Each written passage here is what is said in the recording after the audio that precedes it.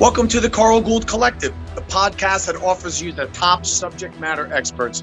Every episode, we bring you guests who will help you reach your next level as a business leader. I'm your host, Gould, and today we have Christopher Maher. He's a former Navy SEAL. He studied traditional Chinese medical practices, and he currently has a practice in LA. He's an author, inventor, entrepreneur, speaker, and coach. He's an innovator in the field of health, wellness, and longevity. And you certainly have not only the pedigree for it, Christopher, but also the background. So welcome to the podcast. Oh, thank you. I'm really happy to be here. And I'm glad we got to have some conversation before we started to connect on some sports and the body and energy and all those kinds of things and leadership. And because, these are things that are important to me, especially as I grow as a man. I have the recognition how important leadership is and how that impacts you, how it impacts your family, how it impacts your business, how it impacts your passion. So if I can come here and share something that's impactful for your listeners, I'm going to be stoked. Well, thank you. And there's a few guiding principles in your past that I'm a big fan of. When I was 12 years old, or 13 years old, I had a really severely herniated disc in my back, and I was ready for surgery. And now this was the mid 70s when I was this age. And my uncle, who was a pharmacist, says to me, well, Carl, since you're already scheduled for surgery, why don't you check out a chiropractor? I've heard that they do really good things, And I was, well, what's a chiropractor, And I remember, so not only did he adjust my hips and my knee and my ankle, everything but my back. I kept saying to him, I told you my back hurts. He goes, yes, that's where it hurts, but that's not the source of your pain. That's right. And sure enough, not only was he a chiropractor, he was an acupuncturist, and he was well-schooled in Chinese medicine. And he was my primary doctor from that moment forward. I never needed surgery. I've been a fan of chiropractic and Chinese medicine ever since. Still go every month to the chiropractor, and it's just been a game changer for me, a life changer for me. But that's a big part of your background as well. So why don't you're very eclectic to the outside world. This would seem to be a very eclectic background and set of skills. But as I look at it, I'm like, they're very interconnected. So tell us a little bit about your background, how you got to where you are today, and why these various disciplines appeal to you. How do I say this? We could start talking about Chinese medicine. I had no idea that that's what I wanted to do. I grew up the exact opposite, right? I went to a boarding school in Pennsylvania, and everything that we did was allopathic medicine.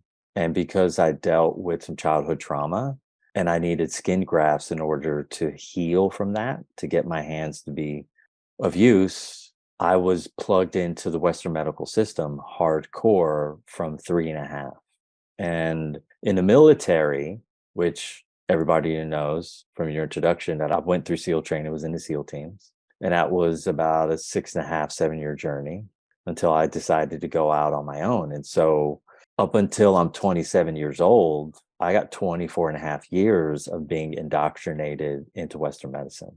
And as beneficial as that was for me in terms of my hands and the skin grafts and the burns that I was dealing with, in terms of all the other stuff like cold, asthma, reduction in vision, reduction in hearing, frequent urinating at night, swollen prostate, all those kinds of things, Western medicine wasn't able to give me any real solution. And so I was frustrated. All it can do really is arrest or minimize the symptoms to give your body a chance to heal. So there needs to be a healing force in there. Yeah. Right? There needs so to it can be only bring you force. So far anyway, right? Yeah. And if the doc doesn't have the intent, meaning if he's only looking at my symptoms and he's never looking at the root causes, I get symptom focused. The challenge with that, it's like chasing a dragon blindfolded, because that symptom is going to turn into another symptom. Right. And because of SEAL training and the SEAL teams, I had the discipline in order to be able to focus my energy and show up and be consistent on this new pathway. And when you're really young, and I was young to start losing my vision, I was very young to start losing my hearing. Eventually, one day you get to the point where you will bend a knee and ask for help. And the win for me in that experience was I actually decided to reach out and ask someone for help. Because in the SEAL teams and SEAL training, there's no whining, bitching, moaning, or complaining. Nobody in the SEAL teams wants to hear that. All they want to hear is get your gear together and let's go. So before you go beyond that, so what led you to SEAL training? What led Why me to, the military yeah, and why the SEALs? SEALs, because I went down into the basement of a friend, and on their coffee table down there was a biannual magazine about SEAL training. And on the cover were 8 boat crews of guys, in a boat crew, 7 guys running down the beach with telephone poles on their shoulders. And as soon as I saw the image, I knew that was for me. Like a deep guttural response. And within 6 weeks, I was out the door and headed into the military. And I was looking for a challenge. Other guys, and I've asked a lot of guys in the SEAL teams, well, what was their motivation? I think maybe some guys dealt with some bullying. Some guys were interested in guns. Some guys wanted to be on direct action missions. Other guys wanted to challenge. Everybody had their unique reason. Mine was simple. I wanted someone who would stretch me, right? So I wanted to be in the process that would push me and get the most out of me. And they pushed me and they got the most out of me. Yes, in a limited fashion, of course. Their definition of getting Yeah. a lot out of somebody. Yeah, that's right. In their definition of getting a lot out of somebody. In retrospect, obviously, I would look back at that and go, is that what I need to do in order to get a strong sense of myself and to be able to show up in a disciplined fashion to produce what I want? Probably not. Yet it was a means of getting where I needed to get to. Now, when I walked across the stage and I grabbed my diploma, I knew I had successfully traversed what they would call in ancient times a rite of passage. And then I understood by the time I got to the other end of the stage that no man would ever tell me how to live, that I was, in fact, my own man. I set out to achieve something difficult and I achieved it. And now I had the inner esteem to do whatever I really wanted to be doing. I had no idea it was going to involve Eastern medicine, Qigong, Tai Chi, martial arts, moshing, meditation. I had no idea, right?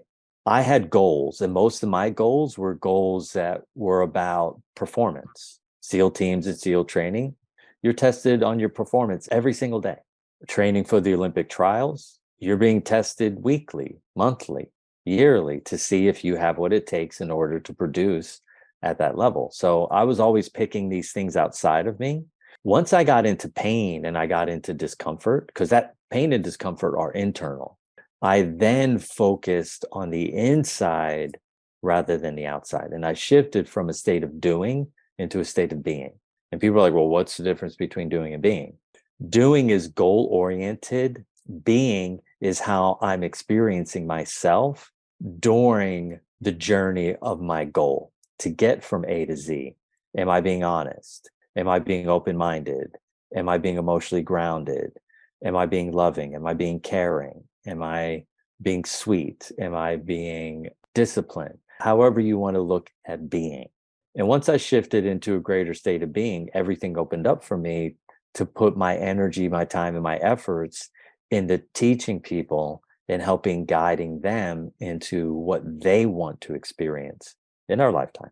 Got it. Okay, so I could see how the SEALs becomes the first step in the process, but then you went more to you went from a very Western training and thinking to a very Eastern training and thinking. What was the appeal or what was the motivation there? The motivation there was pain. When you have unrelenting pain in your body, you get to a point where you would do anything to get rid of it.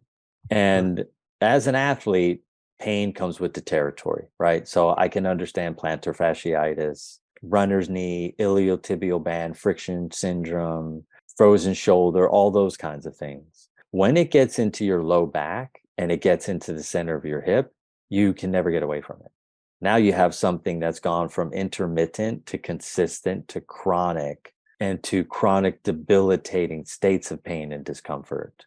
Eastern medicine answered the call, right? My solution for the Western med docs that I went to see was like, hey, maybe a hip replacement might be the right idea.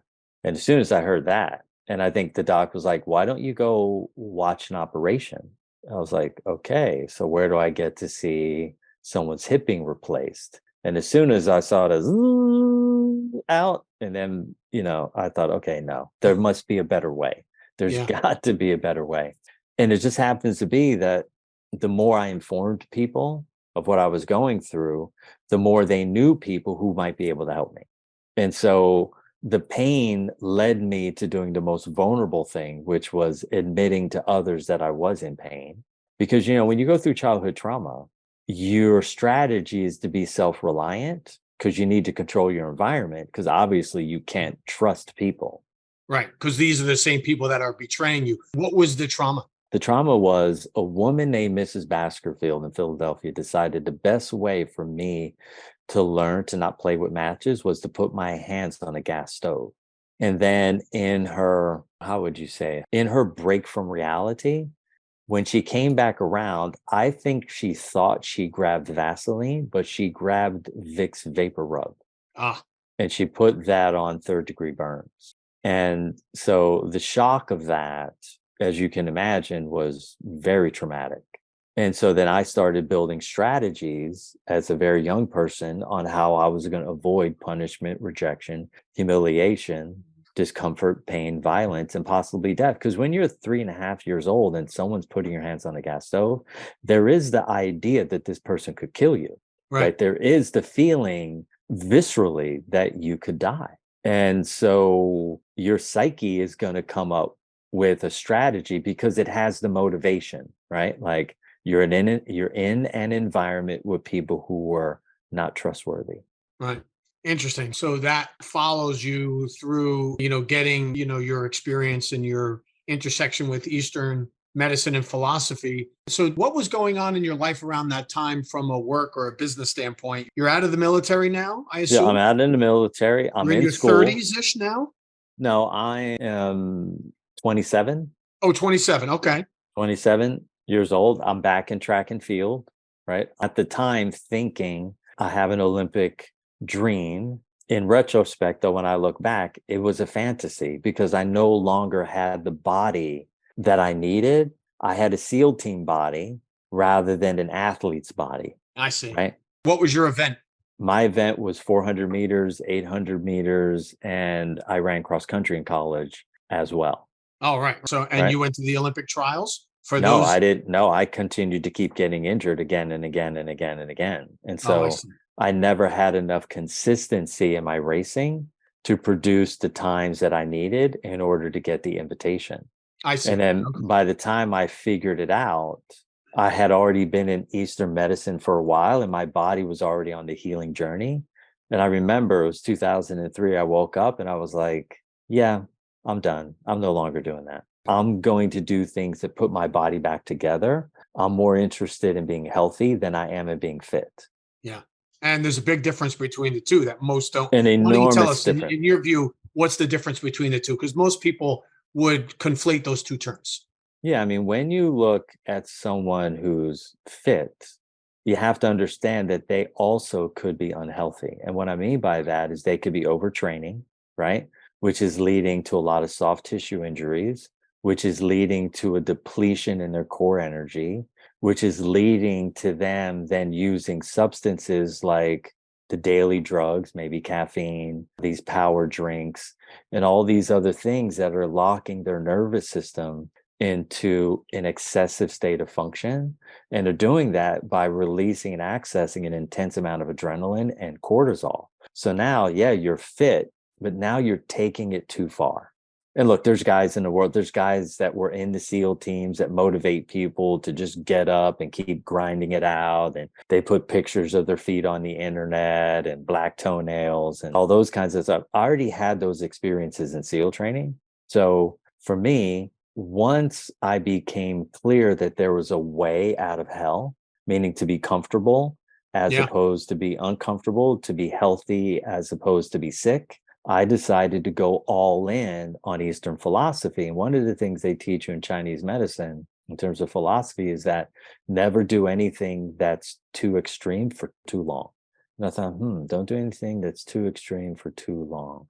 And then as you start looking into the science of fitness, you realize that no one should ever be at the gym for more than 45 minutes because at some point you reach what's called diminishing returns. And why would anyone be motivated to put pain in their body if they didn't need to? Right. Right? Like if the goal is to perform at the highest level, well, train at the highest level in a way that your unique body is designed. And some people, they're born with inconsistent energy. Other people are born with intense amounts of energy. And what I've learned from Eastern philosophy is you have to investigate who it is you really are and how you operate really well. Okay. So the Western way of doing things, let's say the American way of doing things, is more has always been better. And I've worked with a lot of professional athletes. I work with athletes from Penn State University that have the skill, but then most of them are so severely overtrained when it comes time to perform at the highest levels, like national championships, they end up getting third instead of getting first. And even though they're the best pound for pound wrestler, they get to the big dance and they fall apart. Why? Mostly because they overtrain. They do too much. And now it becomes unhealthy because your knee hurts, your back hurts, your neck hurts, you're moody, your eyes are tired when you wake up in the morning. You're relying again, as I said earlier, on power drinks and caffeine and you're ramping up to achieve beyond your true level of energy. And when you do that, you deplete your core energy reserves. And then eventually what's going to happen? Your sense organs are going to do what? They're going to weaken. Their function is going to be less. So your vision is going to start to disappear. Your hearing is going to start to disappear. Your taste is going to start to disappear. And then you end up with symptoms like headaches or intense menstrual cramps or insomnia.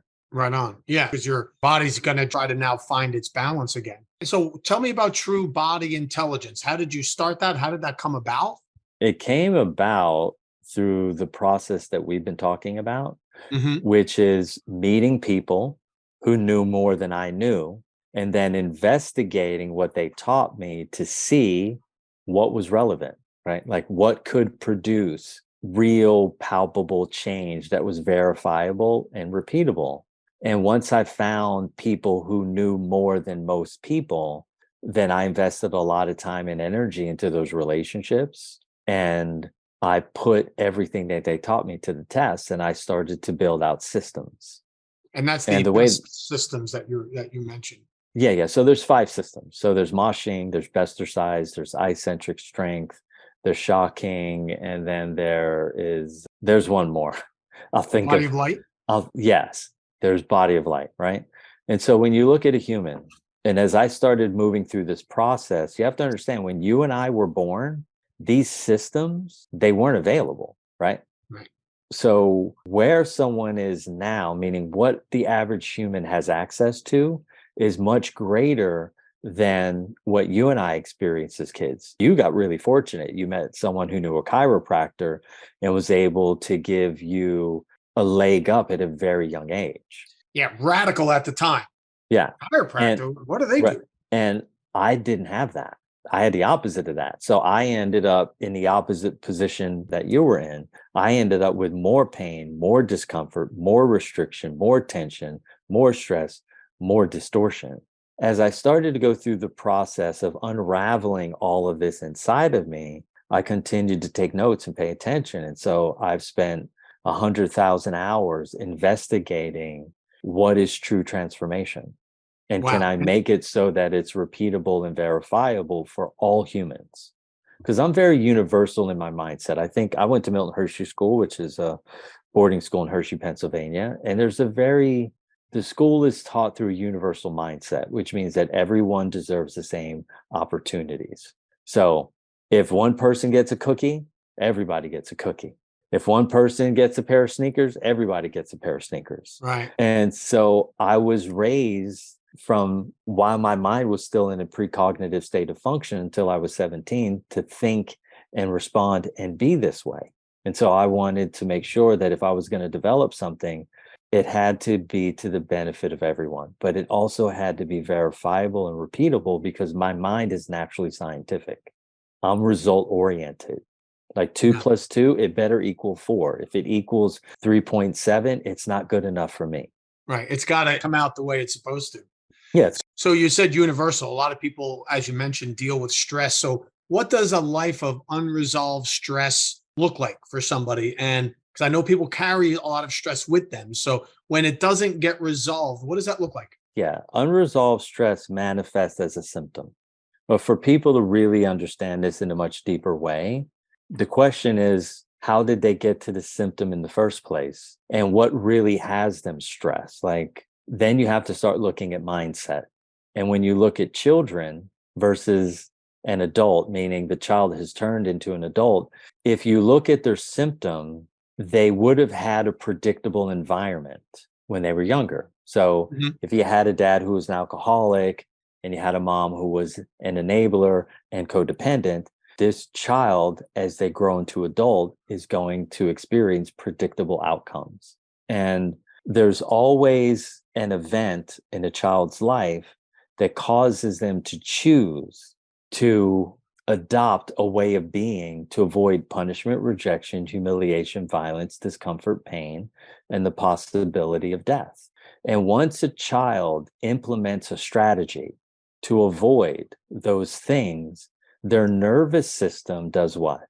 It recognizes the strategy as self rather than recognizing self. So if I employ a strategy again and again and again and again and again and again, if the strategy is inauthentic to my true nature, my nervous system is perceiving the external reality as a threat.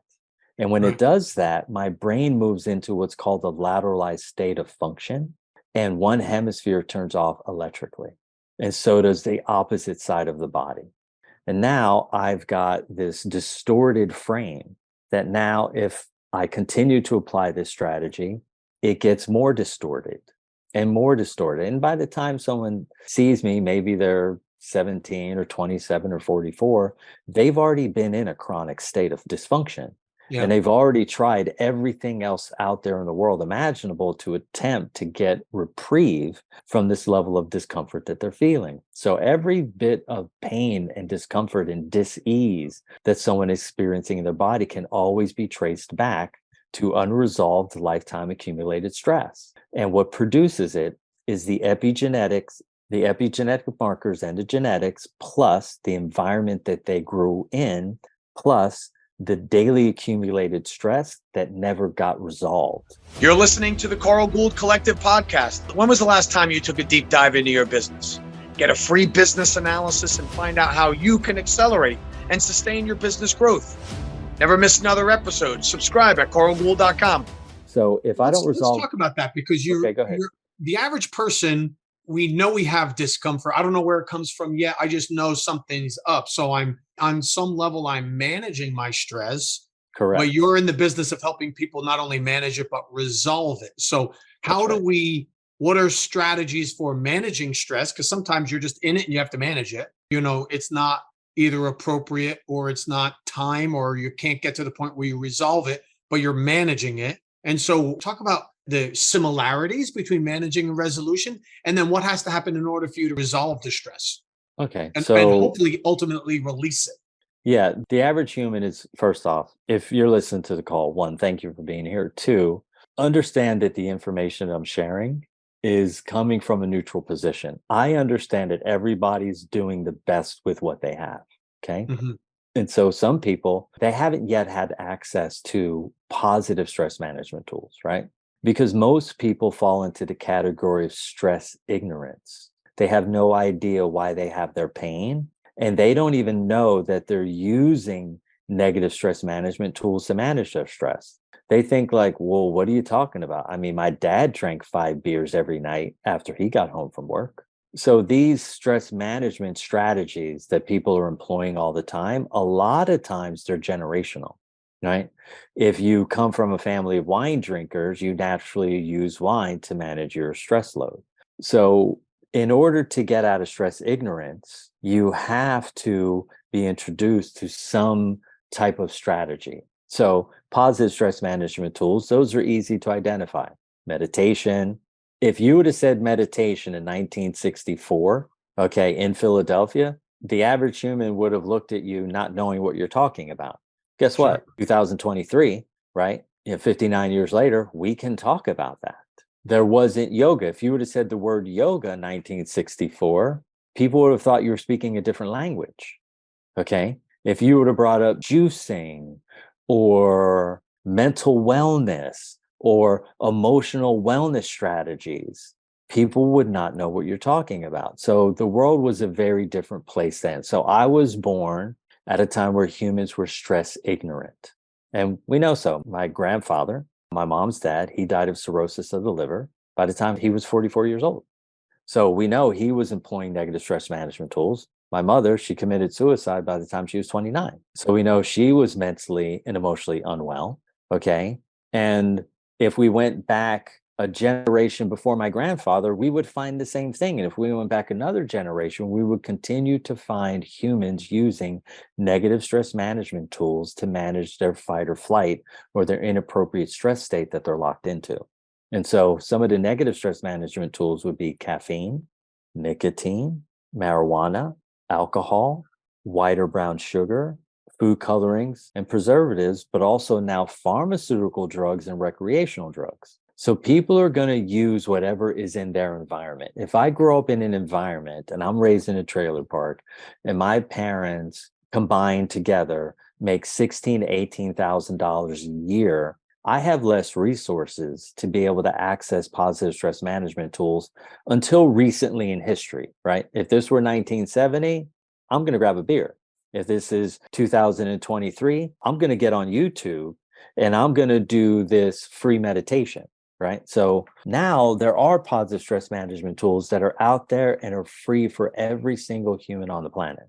But the negative stress management tools, humans have been addicted to for a very, very long time. And so what you're trying to do and accomplish is to create a successful pattern interrupt so the person can shift from negative stress management tools into positive stress management So what tools. would be a few examples of a pattern interrupt that the average person could use? A pattern interrupt would be like what you used, right? You went and received acupuncture and you went and received chiropractic care before you went to surgery. Was that Yeah. a positive stress management tool? Oh, for me? Oh, 100%. So you're saying anything that's a change from what your normal routine would be or what the normal toolbox you would have employed? Yeah. So Anything that gets you out of your normal way of doing things. Yeah. So let's say a person is using alcohol as a negative stress management tool to deal with their stress load. Okay. And the wife says, look, Butch, if you don't get this together, we're getting divorced. And Butch is like, I don't want to get divorced. Well, then you need to make some changes. So what does Butch do? He doesn't know what to do. He's just like, she wants to make some changes. So what do I change? She's like, I want you to stop drinking. And she introduces him to a therapist that gets him in a 12-step program. And now the 12-step program is a successful pattern interrupt. And I'm giving examples of pattern interrupts that the average human can access because the average human doesn't know me. They don't have access to stress resolution tools, right? Which actually resolve the stress at its root rather than dealing with the symptom that they're dealing with. And then again, symptom would be like headache, intermittent headaches, migraines, insomnia, poor vision, poor sleep, poor digestion, bloating, constipation. All these are outcomes produced by having high levels of unresolved stress. Okay, so you do the pattern interrupt, yeah. And then how do we ultimately let go of that trauma and that stress? Well, then you need to go to the next level. You have to shift into the next lane. Remember, the first lane is stress ignorance. We're doing everything we can in the 2020s to shift people into understanding the negative effects of negative stress management tools and shifting them into positive stress management tools, which allows them to deal with their daily accumulated stress, right? So what you experience today as stress, you want to be able to have a tool that will allow you to diminish that enough so that when you wake up tomorrow, guess what? You're not taking Tuesday into Thursday. But I've what we're cleaned the slate talking enough and I've managed it and I've let go of it, if you will. Now I can, and presumably I've attached the right meaning to it. Okay, this happened to me or for me today. I dealt with it. Didn't feel great, but I can find my way back to my center and I can ground myself and I can start the day fresh. Yeah, I could start tomorrow's fresh without bringing, I can start Thursday fresh without bringing Wednesday into Thursday, right? Right. That's a successful positive stress management strategy or tool. Okay. When we get into stress resolution, we're talking about something very different. We're Got it. talking about lifetime accumulated stress loads versus your daily accumulated stress. The problem is this: most people think that their yoga or their meditation or their exercise is going to resolve their lifetime accumulated stress load. And it's not possible because the load is too big. Well, And now you're so, talking with belief systems and global associations. Men are, kids are, women are, all that sort of thing that, part of the conditioning you might have gotten when you were younger or from some of your earlier experiences or trauma, right? yeah, let's say your lifetime accumulated stress load, you grow up in an environment where there's a lot of anger, right? Hmm. Like I talk to a lot of people that I work with, they either have a mom or dad. One of them was passive aggressive, and then the other one was overtly abusive with their voice. When you grow up as a kid in an environment like that from womb to 18, that's going to have a negative effect on you that moves into a state of being exponential, right? Well, if Yeah. that goes unresolved, it's going to produce a dramatic symptom. What would a dramatic symptom be? Cancer. That's a dramatic symptom. A headache, not so dramatic when you compare it to cancer. A headache's not going to kill you. Cancer will kill you, right? If you get pancreatic cancer, you could be off the planet in 6 months, Yeah. right? So If you're you get a talking about some headache, it could be chronic. resolved in 6 minutes. Yeah, Go ahead. that's true. Right.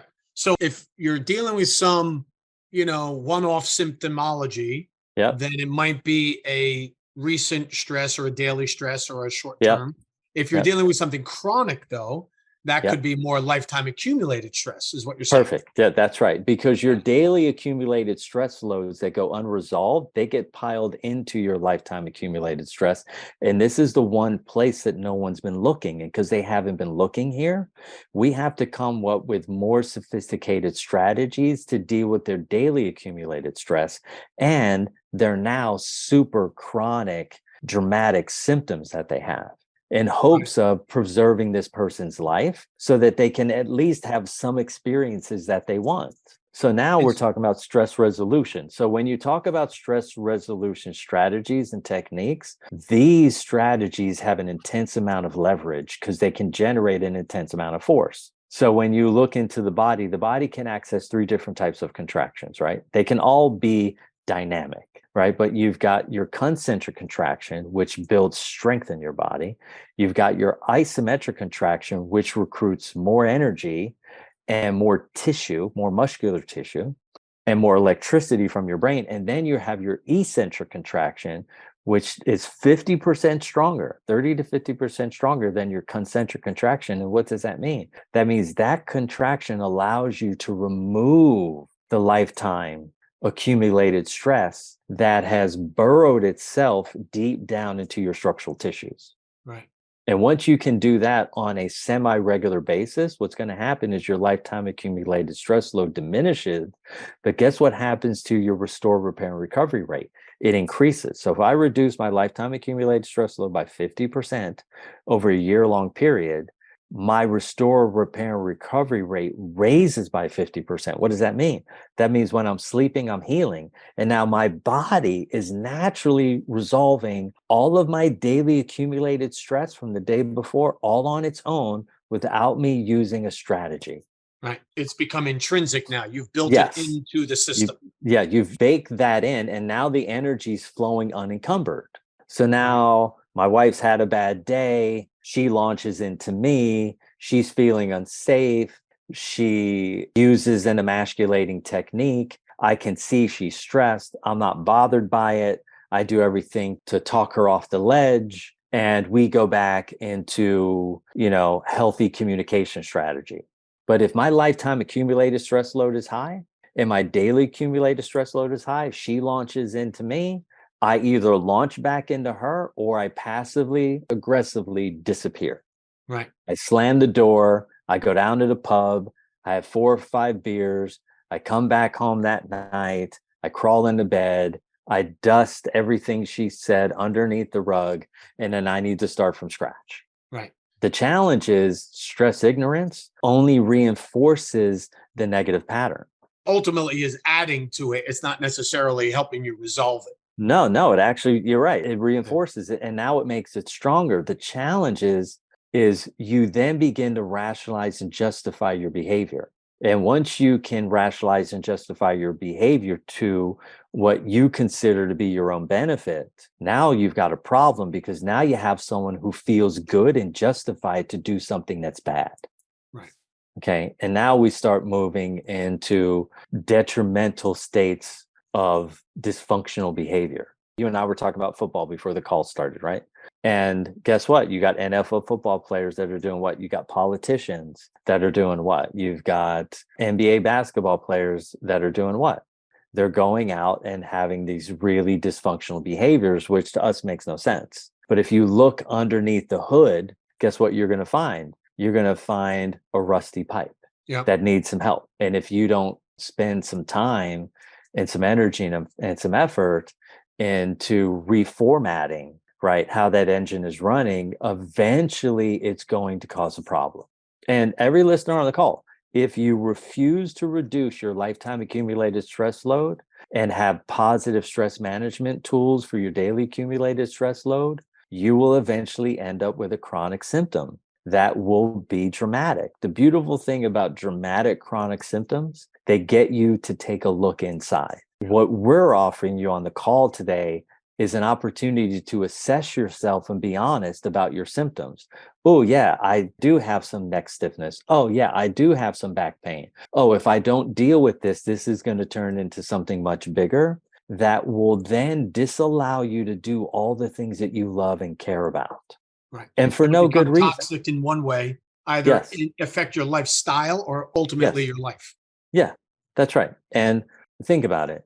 If you could have a quiet mind, grounded emotions, a peaceful heart, abundant amounts of energy, and a comfortable body, why would you not want that? Why would you want the opposite of that? A body full of discomfort, a mind that's overactive, emotions that are unhinged and anxious, and a spirit that feels separated and deficient and have consistent levels of low energy, and you don't have any emotional inspiration. Who would want that? In someone who's ignorant, who doesn't know any better, might just think that that's their reality. And at some point, they attach it to their self-worth. Well, I deserve this. Why should I expect anything differently? Yeah, exactly. We could talk about this all night. It's a topic we're both passionate about. I think we can keep going.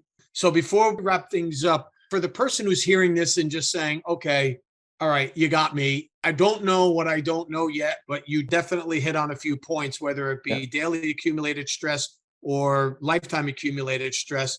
I'm going to look into this more. I'm going to figure out how to manage and ultimately resolve this. But what's a first step? What is something that just about anybody can do as a pattern interrupt or a positive stress management tool or habit? What is a place they can get started? There's two things, right? So the first thing is your breath. If you feel yourself getting more anxious or more angry or more fearful, the first step is to put your attention on your breath and breathe relative to what you're feeling. So if your anxiety level is a 4, bring your breath up to a 4. Don't pretend that you're not anxious, because when you contract and hold your breath, your anxiety is now going to move into an exponential state. Because the way that the body works is it always wants you to be honest with it. And if you're willing to be honest with yourself by raising your breath, and look, maybe you don't feel comfortable breathing that way in front of your classmates, leave and go to the bathroom, go sit in the toilet stall, or go take a walk outside on the school grounds, or maybe go sit on the porch and breathe at a deep level until you have an immediate reduction in your anxiety, or your mind's gone too overactive and you're getting ready to shift into a state of panic. Slow down and breathe. That's the easiest thing. It doesn't require any money. All it requires is a little bit of self-awareness and a little bit of heartfelt action to your own benefit. That's the simplest thing. What I think is the most prudent thing to do is that night, after you've interfered with your breath, go home, grab a chair, sit down in front of the mirror, and have a long, honest conversation with yourself. What do you need to do in order to change? And ask yourself, what do I need to do in order to change? And what don't I know about me that's in my way? They always say that the eyes are the windows to the soul. So take some time to look into your own eyes and get painfully honest with yourself. And then with whatever information comes up, go tell someone that you love and trust. Okay. What's going on, what you heard. What's going on. That's right. So that you're Even though not, in your mind, it makes Yes. no sense. The Yes. words might be jumbled. When they Yes. come out, whoever's listening to you will make perfect sense of it. Yeah, and even if they don't make perfect sense of it, the point is that you're no longer being emotionally self-reliant. And emotional self-reliance is a state that a lot of men are stuck in because we don't have a chance, or there have been very few opportunities for us to share what bothers us, right? Yeah. We've been taught, put your chin to the grindstone, suck it up, and keep moving on. And I think that, yeah, there is some gamemanship in that.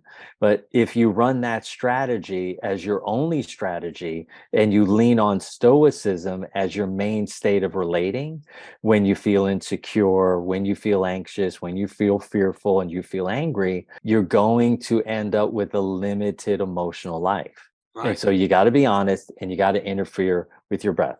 Those are the first two steps. What I think is the most important step after that is you have to get an education. And it's simple. I wrote a book.